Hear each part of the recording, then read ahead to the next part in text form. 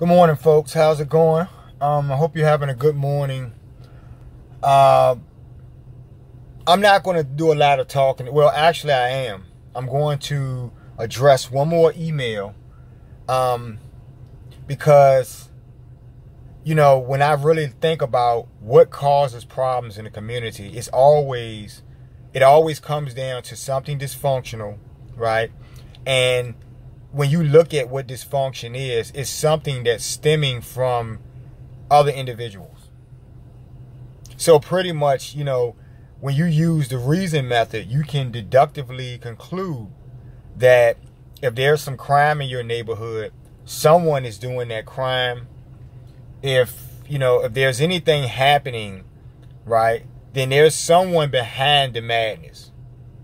And once you look at it from that standpoint and realize that people are the reason that things go wrong, people, you could be included in this.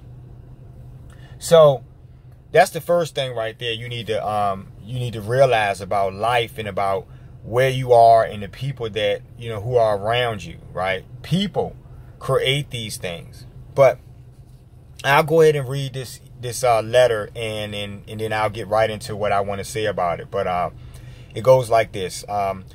Dear Kirby Kilroy, I recently saw your video on self-reflecting and trying to correct some things about myself involving my attitude about life and what dispositional mindset I will need to have to achieve this. The problem is I live with a bunch of hoarders who are of the unemployed, do-nothing type. Seen those.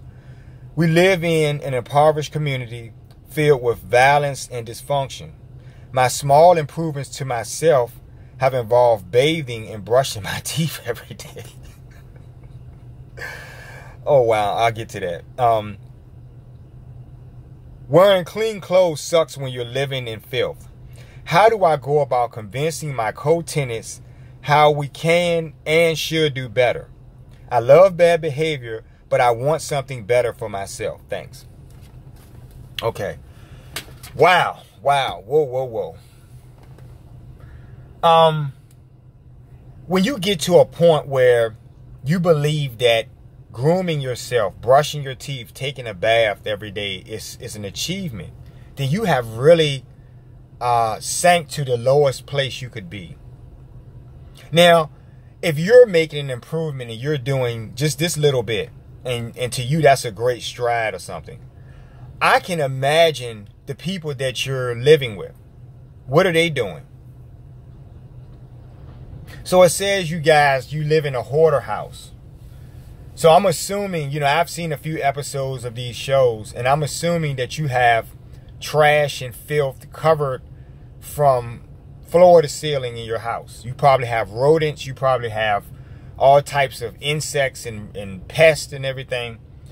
And you're living in that. Now, at some point in your life, that just wasn't, you just had to have something better than that. And I commend you for even looking into yourself and saying, you know what, I'm better than this. Because that's where it starts. It starts with you. So you have a bunch of people in your home. I don't know if you're working or not.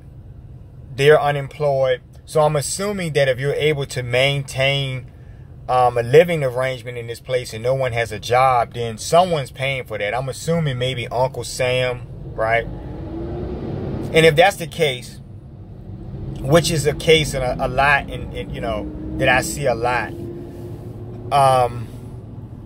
because I got to get to some stuff. I'm in the field today doing some hustle. I hustle, folks. I got to make things happen. But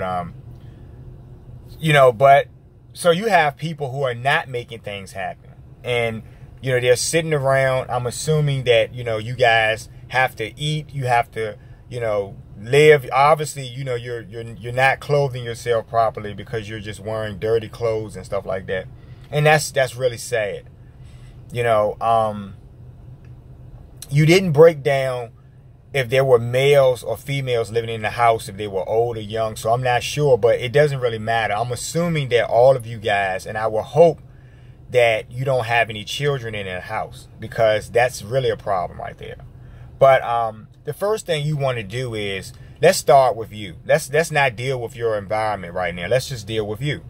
The first thing you want to do is you already self-reflected, right? And that's a good video. You guys go out and check that video. It's called Self-Reflect and Then Correct. It's a video I did, and it's talking about some things that you need to look into yourselves before you want to, you know, effectively change things on the outside of yourselves, the world at large, right? You have to start with yourself.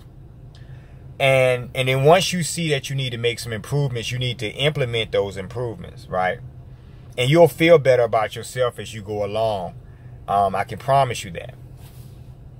But you want to, you know, you want to start internally. And so, in other words, if you don't have a job, go out and get you a job, right? Try to clean yourself up enough to smell good and look presentable to get you some type of job somewhere. Right now, you know, you can't just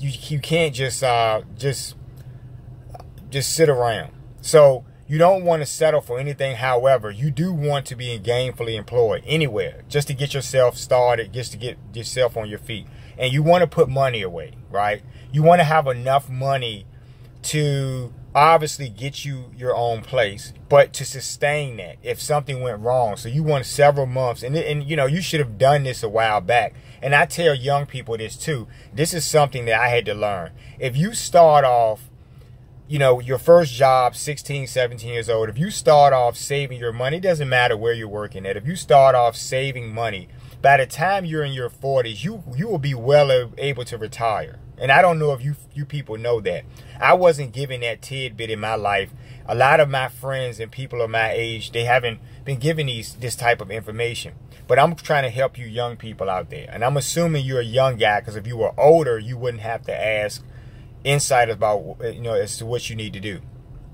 You know, but if you save your money up, right, and you work and put away a little bit here and there, $100 or something, as much as you can, by the time you're in your 40s or maybe 50, you will be certainly able to retire and do what you want to do, right? Or venture into something that may pay off for you. So I'll recommend that. And so you don't want to disclose a lot to the people in your house. You don't want to tell them about what you're doing, because, you know, like you said, if you want to know how to convince them, then obviously they're not buying what you're trying to sell, which is being better, right? So, you know, I would recommend just working on you. Get your money saved up. You know, I don't know if you have a car, get you some type of reliable transportation. Doesn't have to be the best, doesn't have to be a Jaguar or something, but just something you can that you can depend on, that'll get you to work. Save your money, right? And then move. Okay? Now, when you move, because this goes into the environment. When you move, you don't want to jump from a frying pan into the fire, right? You don't want to do that. So you don't want to move into an environment that's worse than where you came from, right? Now, in these environments, you have, you know, you have porch sitters. You have shirtless people who sit out on the porch all day because they don't have a job and they don't do anything, and they just play cards and fight and just do everything they do. And this is how a lot of stuff happens too, because people are just sitting around congregating. So as soon as the police start profiling your house, right, you don't know why they're doing that, but it's like 20 of you guys sitting out on the porch or something. Like, it's ridiculous. So in these neighborhoods, you have a lot of low-level intelligence that you have to rise above. Obviously, you have some form of some measure of intelligence if you're trying to do the right thing and you want to improve some things in your life. And I'm all for that. I get that. You're doing the right thing. I just want you to understand that sometimes you can't take people with you, right? When you have a plan. Everyone in your house, no one else has come to you, because you didn't mention in the letter. Maybe they did, but no one has come to you and said that they want to do anything better, or they want to help you, you know, turn this around. Right? I'm not going to recommend you stay in a hoarder's house, right? There could be all types of dead rodents, animals, and all types of stuff. I've seen all types of shit in these episodes of these shows where these people have these dysfunctional things going on in their homes, and you wouldn't even know it. Some of them have A1 jobs, You go to their house, you know, and I told you guys about that. I did that recently. I had some folks, you know, I went over a person's house and gave them a ride, and it was a fucking nightmare, right? And so I'll never do that again, and I'll probably just stay in the car, right? If I have to go to the bathroom, I'll wait till I get home or somewhere else. You know, but, yeah, save your money because, you know, that's the only way I can help you right now. You don't have education or something, or if you do, you didn't mention it. So I don't know how to help you on that end, but I can say money is the key to some things. It's not everything, but it's key to living. We live in a world, greedy world, right? And it's going to require some type of money, right, to survive. And so save your money up, get the hell out of that place, right? You know, maybe there is someone else that you can convince in that house, and then you guys can get strong and just start doing it together, and then you guys can move from the rest of the negative environment, right, that you're dealing with. But in these environments, I've seen everything, you know. I've seen so many levels of dysfunction. I've seen, you know, you have to understand in these environments, many of these people don't have, you know, they're very poor, like you said, you know, like, you know, unemployed. So if you're unemployed, and this is something that gets me, and I'm not getting into this, but it really troubles me. I'm trying to understand the logic here. If you can barely feed yourself, right, why would you have 7 children running around? And I've seen this. For the guys who are getting these women pregnant, why are you doing this? You know? You're trying to get on your feet. I hope you don't have any kids, by the way. I really hope not, because you sound like you're in, you know, dire straits right now. You're in a place you need to get out of, and having children would not make that any better, right? So I see things in these environments. I see people who behave a certain way because they were given that. They don't have any other recourse. They don't know anything. They weren't shown anything. So what do you expect from them? So somehow, you know, you're a diamond in the rough. Somehow, even though you came from a shithole example, somehow you're able to realize that you want better for yourself. And that is the freaking key. I have to stress that to you. That is the key right there, because just you saying that in your mind is a star. So we're going to go with that. And I applaud you for that. I appreciate also you taking your time to write and get my insight, you know, and I'll do the best I can help you with that. You know, bad behavior is anything that doesn't service yourself or other people. You know, it's more than just being rude. It's about how you think, right? If you're doing something in the name of self-service and someone else is going to get stepped over, that's bad behavior because you're being inconsiderate. See, I'm not talking about being a Boy Scout here, but I'm just telling you guys that a lot of the things you get yourselves into in life, you put yourselves there. That's all I'm saying. And so if you want to correct those things, you have to self-reflect. Going back to that video again. You know, I love bad behavior, people. But you know what I like even more?